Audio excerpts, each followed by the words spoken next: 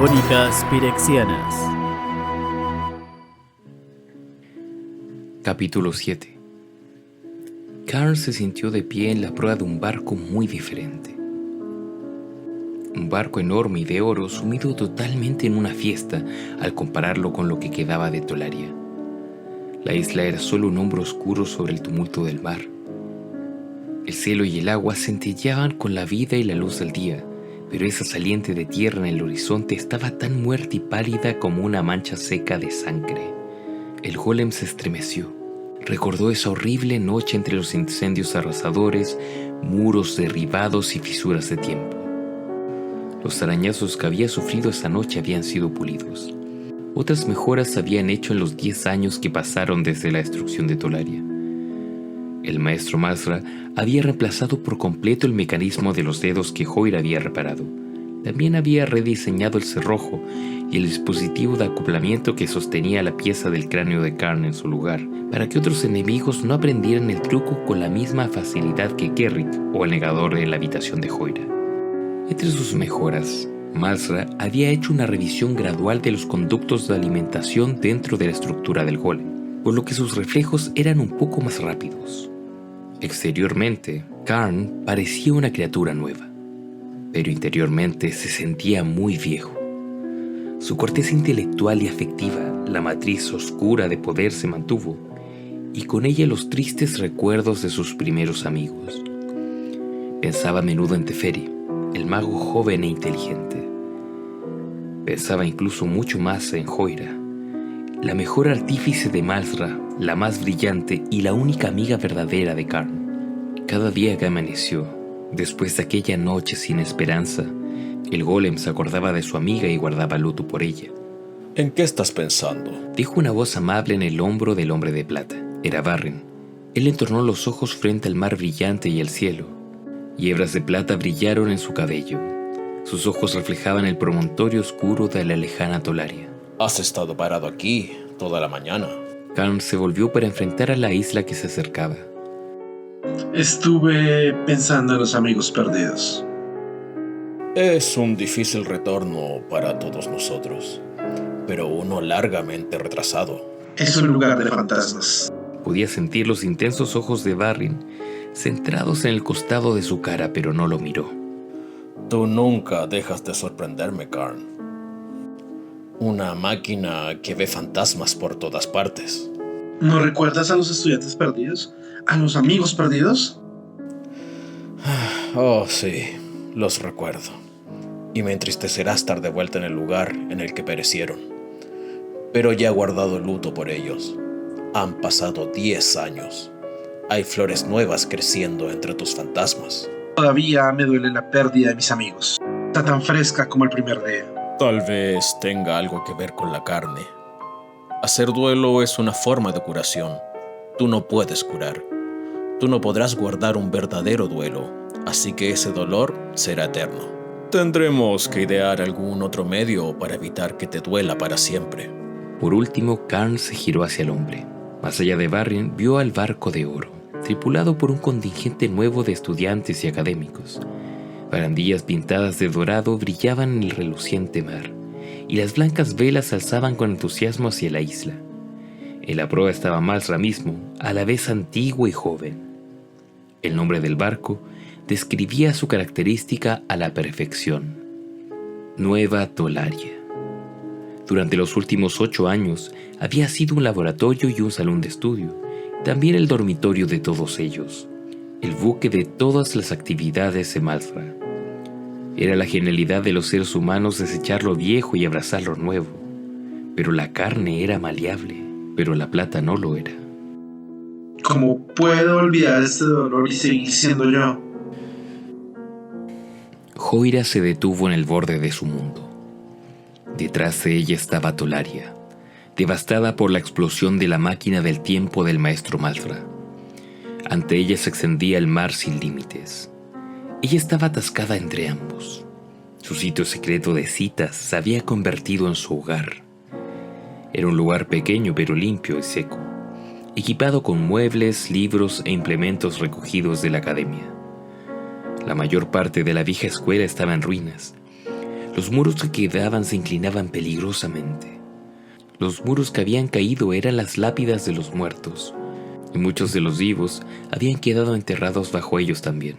Joira misma había tenido que excavar durante 3 días para escapar del pasadizo secreto donde había estado cuando el infierno comenzó. Los siguientes 3 días siguió excavando para salvar a los otros que quedaban atrapados vivos. Ella y los otros 8, todos jóvenes estudiantes astutos, resistentes y ágiles, se alejaron del lugar que olía a muerte, al nicho secreto de Joira. Ellos, por supuesto, hicieron incursiones de nuevo a las ruinas, para enterrar a los muertos y reunir equipos y reservas de alimentos. Estos viajes estaban muy lejos de ser seguros. En la primera de esas excursiones, el grupo perdió 4 de sus miembros que cayeron en fisuras de tiempo extremas y fueron desgarrados. Joira y los 4 restantes aprendieron a evitar esas grietas tan enconadas de tiempo. Algunas zonas eran oscuras y secas, su flora marchita. Estas eran áreas de paso rápido del tiempo, donde una semana podría pasar en un día. Tales lugares quizás recibían un día de luz solar y de agua de lluvia en una semana, y así se convertían en congelados desiertos. Cuanto más oscura y más seca era la zona, más rápido corría el tiempo en ella, y más extrema era la fisura entre ella y el flujo temporal del resto de la isla. Otras zonas eran brillantes y húmedas, vaporosos pantanos. Estas eran áreas de lento paso del tiempo, donde un día se tardaba quizás una semana en pasar. En estas zonas, el sol era intensamente brillante, moviéndose visiblemente en el cielo, y la lluvia se producía en aguaceros constantes, cortos y torrenciales. La mayoría de las zonas de tiempo lento no habían tenido tiempo para adaptarse a sus nuevas condiciones climáticas, inundadas hasta sus bordes y llenas de árboles ahogados. En otros casos, el tiempo pasaba tan lentamente que los fuegos de la explosión original aún ardían en cortinas de color naranja. Los cambios extraordinarios de tiempo resultaron infranqueables a Joira y sus compañeros. Cruzar sus márgenes hacía hervir la sangre y despellejaba la piel, haciendo que algunos miembros murieran desangrados y gangrenosos, mientras que otros estallaban cuando los tejidos intersticiales se hinchaban. Tales fueron los destinos de los primeros 4 que murieron. Los sobrevivientes tuvieron cuidado de trazar un mapa y evitar los flujos violentos de tiempo. Se aventuraron con temor en fisuras más moderadas de tiempo y tuvieron dificultades para entrar y salir.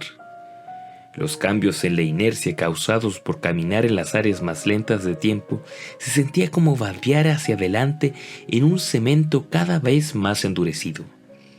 Emerger de un tiempo lento a otro más rápido a menudo resultaban extremos mareos y algunas veces en la pérdida de la conciencia. Aún así, el último sobreviviente de la escuela vino de un pico de extrema rapidez de tiempo, que se fusionó inexplicablemente con un lodazal de tiempo lento al lado de él. Desde la zona normalizada apareció un anciano llamado Darrow. Él solo había sido un niño de 12 años en el momento de la explosión, pero 5 años más tarde surgió un loco de pelo gris. Solo había un único beneficio real que Joira y sus compañeros descubrieron de estos cambios de tiempo: el agua lenta. El agua que había resistido el cambio temporal, conservando la velocidad de su anterior medio ambiente durante un momento antes de absorber gradualmente un nuevo ritmo. El agua que fluía de una zona extremadamente lenta de tiempo había preservado las cualidades disminuyendo e incluso deteniendo el envejecimiento de cualquier persona que bebiera el espeso líquido. Joira no tenía ni la más mínima idea de cómo funcionaba, pero ella sabía que lo hacía, al menos por un corto plazo. Fue por beber de esta agua lenta que ella había permanecido joven, aparentando solo 22 años. A pesar de esta bebida rejuvenecedora, la muerte acechaba a los sobrevivientes de Tolaria. En el 6º año, su número había disminuido de 6 a 5. Cazando serpientes, un muchacho de 15 años cayó por un acantilado, se rompió el cuello y fue arrastrado hacia el mar. Aún así, los otros nadaron sin poder hacer nada detrás de él. 2 años más tarde, un par de novios de 18 años de edad llevaron a cabo un pacto suicida, dejando sola a Joira, al viejo Darrow y a otra joven. Esta última se marchitó tiempo después, diezmada por alguna enfermedad interior. Sus cenizas nutrieron los rosales que ella había sembrado, podado y alimentado con tanta paciencia. En los 2 años transcurridos desde su muerte, las rosas se habían vuelto salvajes, difuminándose a través de las rocas cercanas en un salvaje manto fragante. El anciano Darrow también había muerto. 3 meses atrás había sucumbido al golpeteo de su pecho. Joira lo había enterrado al lado de la losa de arenisca donde Darrow había querido yacer, un lagarto de plata gigante absorbiendo la luz del sol. Sus años en las oscuras profundidades del tiempo veloz le habían enseñado a amar al sol. Había sido el último compañero de Joira y, aunque loco, finalmente dominó la realidad. Desde el día de su muerte, Joira había sentido su alma volverse salvaje como las espinosas rosas. Estaba sola, ahora sí, pero ella siempre lo había estado. Los 9 que habían vivido con ella habían sido compañeros, no amigos, no confidentes. El único amigo de verdad que había tenido alguna vez había sido Karn, y él ni siquiera era humano. Joira a menudo se preguntaba qué estaba mal con ella. Tal vez ella había sido separada de su gente demasiado joven. Entre los Gitu, una chica no era una mujer hasta que se había ido en una búsqueda de visión. Y Joira nunca se había ido. Ella tenía 28 años cronológicamente y 22 en apariencia, pero su alma seguía siendo la misma alma tonta y asustada de un niño. Esa niña había hecho un atajo desesperado hacia la edad adulta. Había abierto su corazón secreto a un hombre, creyendo que el amor no podía ser falso, pero no era así. Siempre lo sería. El hombre había demostrado ser un monstruo. Ahora, Joira estaría sola para siempre. Era una miserable manera de vivir, pero al menos era una manera. La isla se había convertido en suya. En algún punto en las 40 locas temporadas desde la explosión, su fuerte deseo de escapar de la tierra abandonada se había convertido en un fuerte deseo de protegerla de los invasores. Al principio, ella se refirió a esta nueva manía como el malestar de Malzra, un miedo a los invasores, a los destructores. Ahora estaba más allá de esa luz y de ese autoconsciente juego de palabras. Era la protectora de la isla, su espíritu guardián. Era el fantasma de la mujer en la orilla occidental, observando eternamente el acercamiento de algún buque, fabricando eternamente flechas como Kerrick le había enseñado, diseñando y construyendo eternamente cualquier mecanismo que pudiera para la defensa de la tierra. Y ahora, con una inequívoca intención, un velero de vientre blanco cortaba las chisporroteantes olas, navegando directamente hacia los puertos orientales de la isla. Joira no había olvidado su sueño de vislumbrar su alma gemela en un barco como ese, pero esas eran las fantasías de un niño.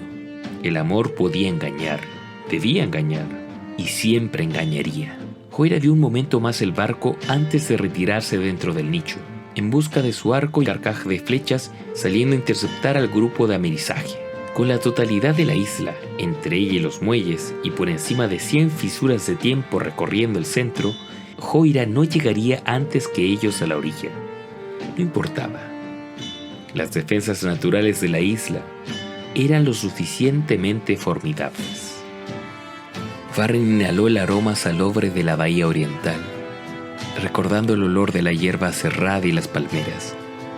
No sintió nada de muerte o de decadencia en el aire y se alegró. Tal vez el tiempo había sanado todas las heridas. Tal vez Tolaria había perdonado, o por lo menos olvidado a su despojador. Barrin miró hacia Ursa, que estaba en el timón de la galera dorada del nuevo Tolaria. Se había convertido en su taller flotante, móvil y difícil de alcanzar, más allá de la manipulación de cualquier gobierno mezquino.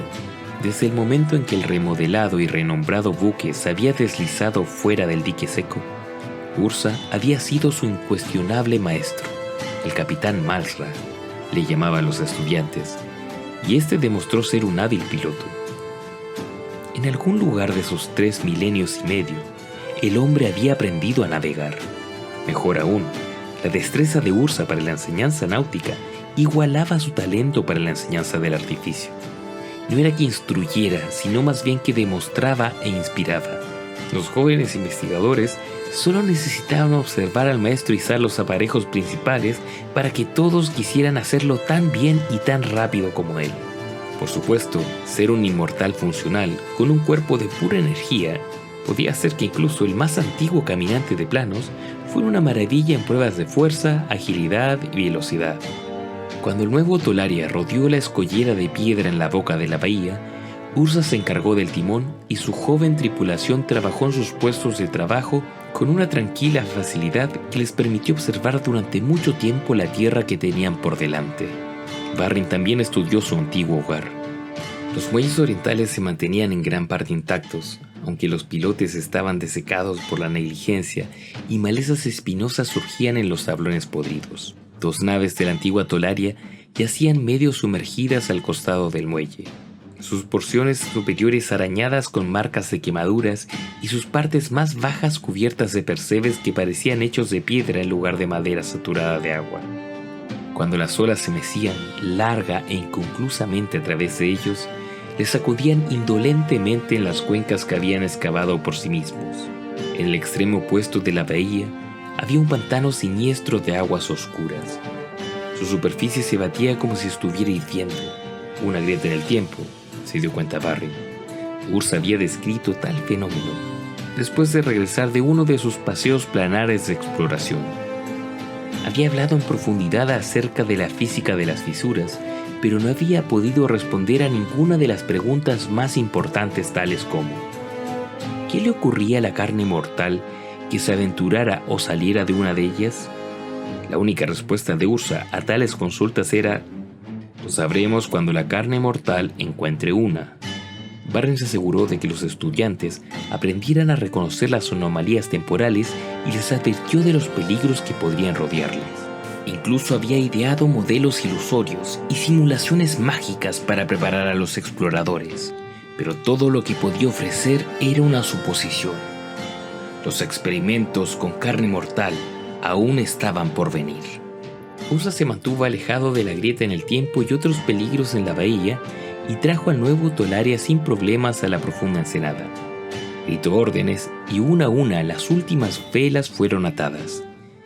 Liberado del viento, el barco tironeó hacia atrás y apiló montones vidriosos de agua delante de él.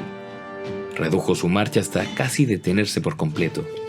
Ursa se apoyó en el timón y los estudiantes llenaron con impaciencia la borda de estribor, cada uno queriendo ser el primero en saltar al muelle y amarrar el barco. 2 jóvenes mujeres fueron las primeras con la fuerza y el atrevimiento para saltar, y 3 muchachos les siguieron poco después.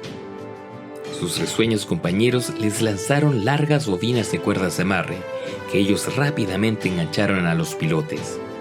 La gran nave se arrolló una vez más hacia la proa con el último de sus perezosos movimientos y se instaló en sus amarres.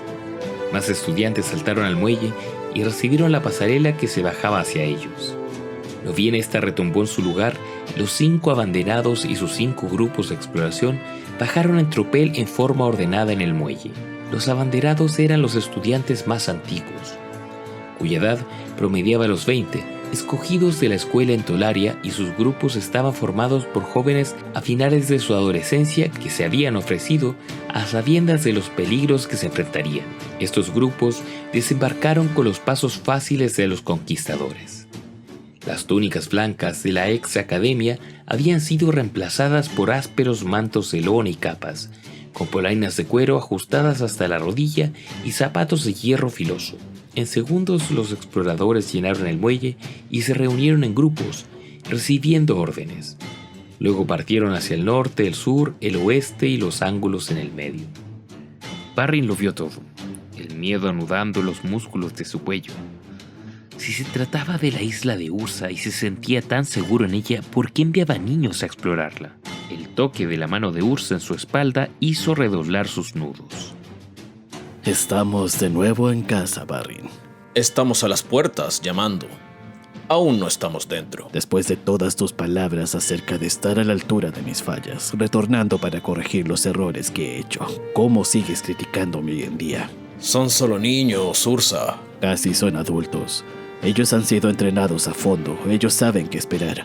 Saben lo que arriesgan. Son solo niños, no son adultos, no son experimentos, no son máquinas. Si algo sale mal, yo estoy ligado a ellos y puedo acercarme en cualquier momento. Ursa hizo una pausa y pareció que oía una voz que hablaba con él desde el ondeante cielo azul.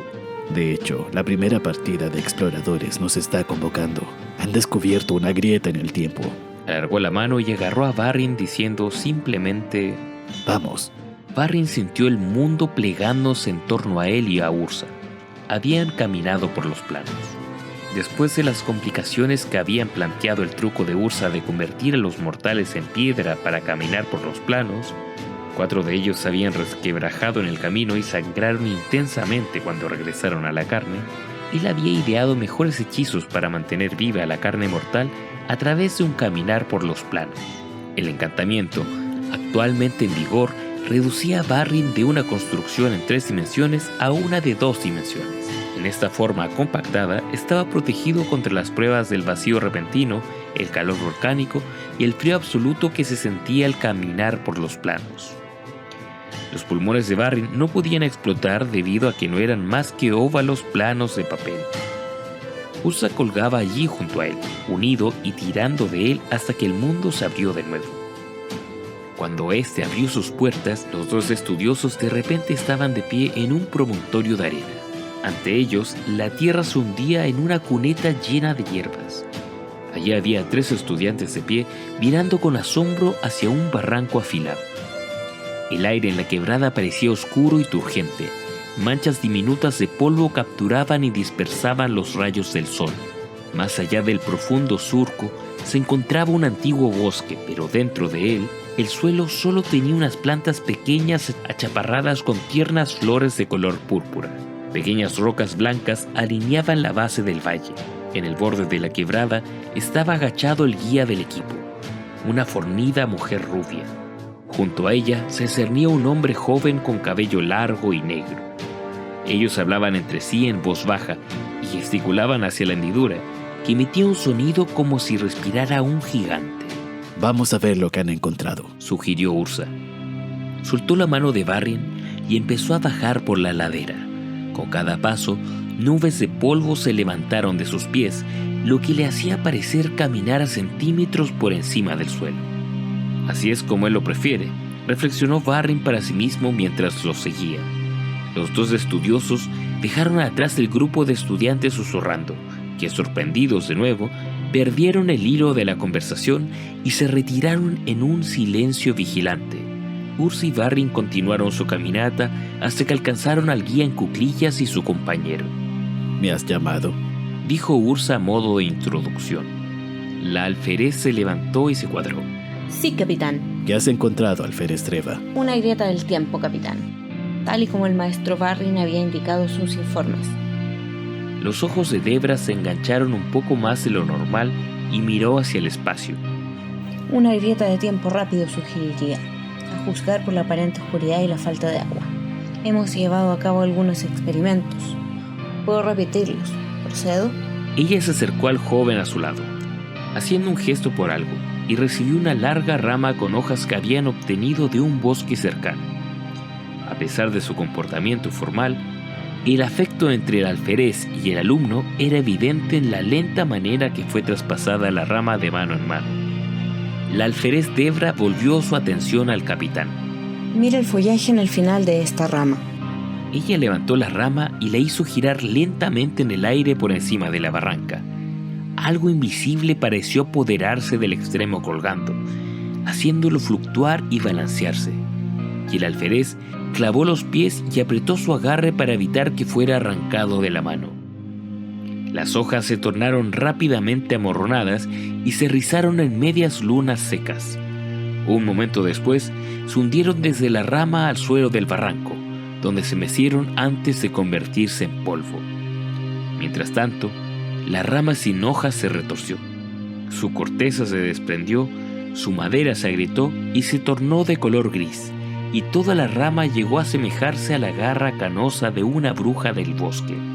El alférez retiró el palo y lo puso al lado de otros 2 transformados de manera similar. La sonrisa de Ursa mostró su satisfacción en estos hallazgos. Excelente trabajo. Usar una rama viva para sondear el abismo fue una interesante innovación. Gracias, Capitán Malsra. Hay algunos que dudaron de que fueras apta para la tarea, pero yo estaba seguro. Gracias de nuevo, capitán. Sugeriría que continuáramos investigando los bordes de esta grieta en el tiempo y colocáramos marcadores de advertencia. Aunque lo más probable es que la explosión que creó este barranco geográfico también haya creado una anomalía temporal. No deberíamos asumir que los límites de este serán exactos a los límites de otro. Bien razonado, alférez. Continúa. Infórmame si se descubre cualquier otra cosa importante. Se volvió indicando a Barrin la privacidad de la cima de una colina cercana, mientras al alférez enviaba a Rehad y a los otros estudiantes al bosque para obtener más ramas. A mí me parece que estos niños de los que has hablado lo hacen bastante bien. Los peligros de aquí son obra mía y tuya, no la suya. Si van a vivir aquí con nosotros, construir aquí y estudiar aquí, deben heredar todos los males del pasado. Es responsabilidad de cada nueva generación entender lo que ha llegado antes, aunque solo sea para decidir qué guardar y qué desechar. El debate filosófico fue interrumpido por un grito de aviso desde el borde del bosque. Barrin y Ursa se giraron. La alférez Dreva estaba de pie en el límite del monte, agarrando a algo en un brazo y convocando con urgencia a sus compañeros con el otro. Los estudiantes arrojaron las ramas que habían cortado y echaron a correr. Ursa y Barrin corrieron también. Dreva tiraba salvajemente de una rama de un árbol. Otros estudiantes, 2 muchachos y una mujer, llegaron hasta ella y añadieron sus músculos a la tarea. Momentos de órdenes dadas a los gritos y maniobras de posición dieron paso a gemidos mientras los estudiantes tiraban con fuerza de la extremidad. Barrin se lanzó hacia ellos, preguntándose qué podría ser tan urgente en tirar la rama de un árbol, y luego lo vio. No era un árbol de lo que estaban tirando, sino Rehad, de pie justo en el borde del bosque. Una mano se posaba en un amplio tronco verde, justo al lado de una rama que había tenido la intención de cortar. Había quedado atrapado en una grieta de tiempo lento. Un brazo se extendía más allá y sus compañeros estaban haciendo todo lo posible para apartarlo de la distorsión. ¡Esperen!, les ordenó Barry. Él luchó para formar un hechizo, pero era demasiado tarde. El brazo de Rehad, sin sangre por quedar atrapado más allá de la continuidad en el tiempo de su corazón, no fue rival para el poderoso arrastre del alférez y los otros 3. Se dislocó. Los tejidos atrapados en el borde lacerante del flujo del tiempo lo rompieron y lo liberaron. El brazo se le quedó en sus manos. Sangre goteó lentamente desde el hombro destrozado. La alférez Dreva y los estudiantes aterrizaron en un montón desordenado sobre la hierba, el brazo cortado entre ellos. Barrin y Ursa llegaron para detenerlo justo antes de la ruptura temporal. El rostro de Rehad se fue torciendo poco a poco con el dolor, mientras el choque inicial por la lesión dio paso a la agonía desgarradora. Ursa levantó una mano y presionó en la pared del tiempo lento. Sus dedos temblaron a medida que se hundieron en el espeso aire caliente. ¿Tenía sangre sobre él? Ese miembro podría muy bien haberse quedado atrapado, al igual que Rehad, pero el maestro vivía en un cuerpo de energía concentrada. Aún así, la diferencia de tiempo tiró de él, enviando grietas de energía en espirales retorcidos a lo largo de la superficie de la distorsión. Con un esfuerzo de voluntad, mantuvo el movimiento hacia adelante de su mano y poco a poco se apoderó del hombro sangrante del hombre. Al mismo tiempo, Rehad se estaba girando. Los ojos y la boca muy abierta en un grito. Se alejó instintivamente de la mano con la cual Ursa le agarraba, pero el maestro anticipó el movimiento.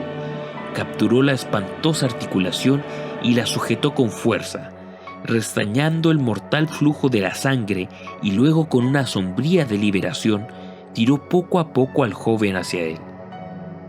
Detrás de Ursa, la alférez Dreva y los estudiantes se habían levantado. El brazo roto yacía en el suelo a sus pies. La sangre de Rehad pintaba sus polainas de cuero y sus gruesas capas. 2 de los estudiantes estaban llorando y el tercero boquiabierto en su aterrorizada incredulidad. Dreva misma tenía la boca cerrada y los ojos secos. Aunque su cara se había vuelto blanca como un hueso, sacudía la cabeza con tosco pesar. Parrin se trasladó para consolarla. Ella se agachó en la distancia, agarró el brazo caído y se lo alargó a Ursa. Póngale el brazo de nuevo, capitán. Usted es el único que puede. Apretando los dientes, Ursa le empujó suavemente a un lado. Estaba girando a Rehad para que el hombre emergiera con el cerebro y el corazón alineado para que pudiera escapar de la trampa del tiempo, tan gradualmente como fuera posible. Dreva se tambaleó hacia atrás, parpadeó a la cosa sanguínea que tenía en su poder y le besó tiernamente la parte de atrás de la mano. Sus labios entreabiertos dijeron con palabras silenciosas: Oh, Rehad, perdóname. Dejó la extremidad a sus pies y en un ataque repentino de pánico se alejó corriendo. ¡Alférez Dreva! ¡Regresa! Ella hizo oídos sordos y se lanzó más allá del aserrado borde de la grieta de tiempo veloz. Se produjo un chapoteo cuando el alférez hundió en el charco de energía. Anillos de flujo temporal se arremolinaron en el aire a su alrededor. Las olas se hundieron en el suelo y se alzaron hacia el arqueado cielo. En el centro de su danza, la forma de Dreva se secó en el aire. La carne se arrugó y se marchitó.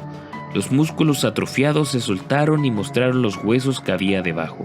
Una vez que había entrado por completo en el sobre, cayó a tierra en un súbito ataque y se perdió de vista más allá del borde de la fisura. Parrin corrió como una flecha por el terreno pantanoso cubierto de hierba y hacia el borde de la grieta de tiempo rápido. Allí se detuvo tambaleante y quedó boquiabierto.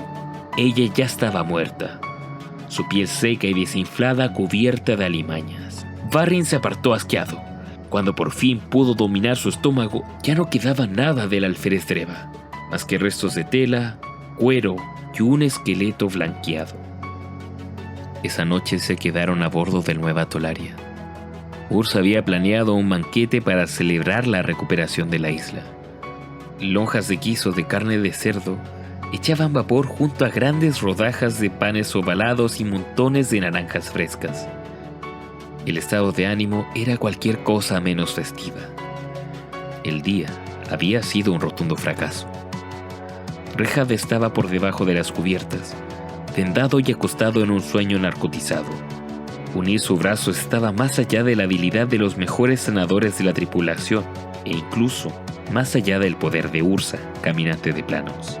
Yacía en una caja de madera dentro de un bolsillo de tiempo extremadamente lento, con la vana esperanza de poder recuperarse en el futuro. Mientras tanto, el líder de Rehad, su amor, yacía en un bolsillo de tiempo extremadamente rápido. Su esqueleto, tal vez ahora, estaba alejado de los pequeños insectos carroñeros de la quebrada. Esas dos no fueron las únicas bajas. Cada grupo de exploración perdió al menos un miembro, y un grupo fue arrasado completamente. Ursa llevó a cabo otros 2 rescates como el que había hecho con Rehad, y Karn ayudó a salir a una jovencita del bucle de repetición en el que había caído. Los únicos miembros no orgánicos de la tripulación, Ursa y Karn, tenían la mejor resistencia a las distorsiones de tiempo, aunque sus sistemas se sobrecalentaban enormemente por estas operaciones. La tripulación se comió su cena de la victoria no en la vieja Tolaria, como Ursa había esperado, sino en el Nueva Tolaria. Comieron casi en silencio. Las aguas de la bahía, negras y sedientas, lamían la borda del gigantesco barco, y más allá de los destellos de las linternas, la isla y el cielo eran negros como la noche. De la oscuridad salió una mujer. Era bronceada, perspicaz y misteriosa. Una madeja salvaje ataba hacia atrás su pelo oscuro fuertemente sobre la cabeza. Vestida con ropas harapientas pero reales, parecía un avatar de la isla. Una alienígena, enojada y amenazante. Subió por la pasarela y en la cubierta, empujando a los guardias que se quedaron atónitos. Ursa se detuvo. Parrin se levantó boquiabierto con el reconocimiento. Fue Karn, el hombre de plata, que habló por primera vez su nombre, con una voz como una cascada crecida por las lluvias. Yo ya... Maestro Parrin, Maestro Malmström. Nunca pensé que volverían. Me gustaría que no lo hubieran hecho. Después de hoy probablemente se arrepentirán de volver. Yo estaba encantado de ver a Joira. Su muerte había pesado en gran medida sobre mí y también sobre Karn. Ella había cambiado mucho, por supuesto. Sus músculos se habían endurecido y sus ojos también. Los impulsos del asombro y el perdón se habían aventado fuera de ella. Había dejado de ser una estudiante de la academia, convirtiéndose en un nativo de la isla. Como la abogada de los nativos de la isla, Joira habló fuertemente en su defensa. Allí, ante la nueva muchedumbre de estudiantes de Ursa, ella les contó de todos los pecados pasados del caminante, plantados como cardos a través de la isla y que habían crecido hasta convertirse en grandes bosques asesinos. Abiertamente, ella le reprendió por su máquina del tiempo. Las alteraciones que habían producido la explosión habían dividido los tapices de los días de la isla y dejado un gran revoltijo. Habló de los otros sobrevivientes que habían, uno por uno, perecido, dejándola sola. Incluso con más ímpetu, habló de cómo la vida aquí había continuado. Bosques de tiempo rápido habían muerto y caído, dando lugar a nuevas plantas y animales, a una árida tundra con su propio equilibrio entre depredadores y presas. Los bosques de tiempo lento se habían convertido en selvas pantanosas, calientes y humeantes, refugio de miles de criaturas que no podrían haber sobrevivido en la isla con anterioridad. Dentro de todos estos detalles, yo sentí que los años también la habían cambiado. Nosotros somos, maestro Malsra, sus hijos de la furia, los huérfanos que han crecido en su ausencia. Ellos ya no son suyos, ya no están en deuda con usted. Muchos de nosotros lo odiamos, maestro Malsra. Había dicho al final de todo eso. Él escuchó a través de todo, no podía hacer mucho más, y a continuación, en el infeliz silencio que se asentó, Ursa habló, y lo que dijo me llenó incluso de más admiración. Entiendo, pero me he comprometido a volver y no quiero luchar contra ustedes, mis hijos de la furia. Yo quiero reconciliarme. Va a ser un camino espinoso, lo sé, atacado por los cardos que yo mismo planté. Pero me he comprometido a volver. Necesitarás un asesor, le dije. Una guía. Joira, no puedo pensar en nadie mejor que tú para ayudar al maestro Malsra a entender los errores del pasado y evitarlos en el futuro. Hubo un momento final, un ansioso momento final, y entonces algo en ella se rompió. El loco brillo desafiante se quebró y pude ver debajo de él una mujer solitaria con temor, pero con necesidad de estar entre otros. Lo haré solo porque si me niego, hasta el último de ustedes morirá. Traté de lanzar una mirada sombríamente castigadora, pero en vez de eso me regocijé. Ursa también estaba muy contento, los temerosos estudiantes y los académicos discordantes y aliviados. Alguien, incluso esta aterradora mujer salvaje, tenía que guiarlos a través de los terrores de la antigua Tolaria. Parrin, mago experto de Tolaria.